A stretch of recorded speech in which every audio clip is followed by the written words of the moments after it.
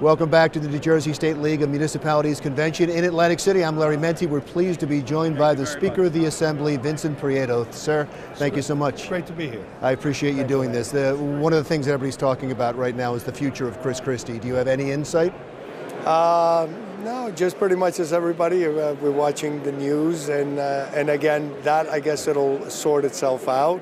And listen, I wish the governor well, and we'll see what happens. Whether he leaves, he stays. You know, I'm prepared to govern for New Jersey. Is what matters to me. Is this a distraction you don't need right now?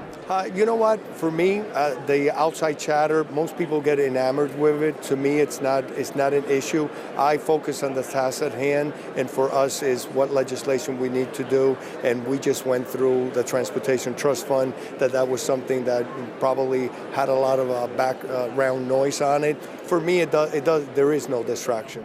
Would you rather have Chris Christie stay on in his capacity or Kim Guadagno? Do you have a preference? Listen, to me, I'll deal with whoever's in the executive branch will try and get things accomplished.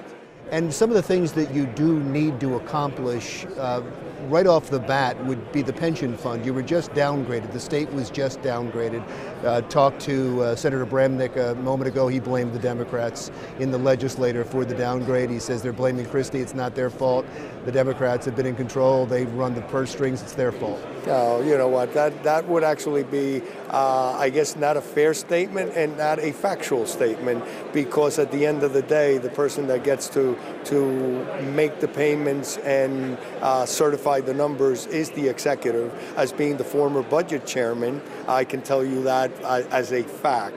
And the problem has been, not just through this administration, through many administrations, this was a marathon getting in, and nobody sprinting out of it, because there were, through many years, it was the low-hanging fruit, and the payments weren't made there. And this administration, we were on a trajectory over 7 years to fully fund it. It came after the 2011 that it was the best thing since sliced bread. The governor went nationwide touting about it, the reforms, but there was one component. We had to pay into it. We didn't. And that has been, this administration has been the same. So the president of the Senate has said we should now make guaranteed quarterly payments. You agree with that? That is something that we have actually sent a bill time and time again to the administration, and it has been vetoed time and time again. Absolutely. That's something that we've all agreed in the legislature. We have passed that bill numerous times, and quarterly payments is important because you get more bang for your buck. The only issue with that is at the beginning, you need to do short-term borrowing, which is inexpensive in relative to what your returns are going to be into the pension. So that's one component that we should be doing. Let's talk about school funding. You came out just the other day and said that you'd like to see a commission, but you want to have the legislators be able to change some of what they do. President Sweeney says no, you go by what the commission says. Are you going to fight over this? Well, not fight over it. For me, it's a non-starter.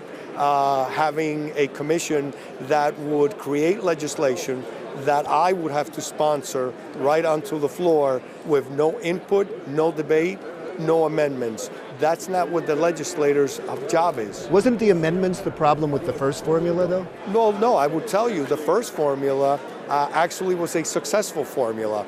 That was in 2006, implemented in 2008. It was the first formula that was found to be constitutional, upheld by the courts. But what was the only problem? We didn't fully fund it. And the former abbots, that there were 31 of them, were being held harmless for a few years, and when we didn't fully fund it, they went to court and they put a stay on their funding. A couple of quick questions just for the end. I know casino gambling in North Jersey was voted down. That is your district.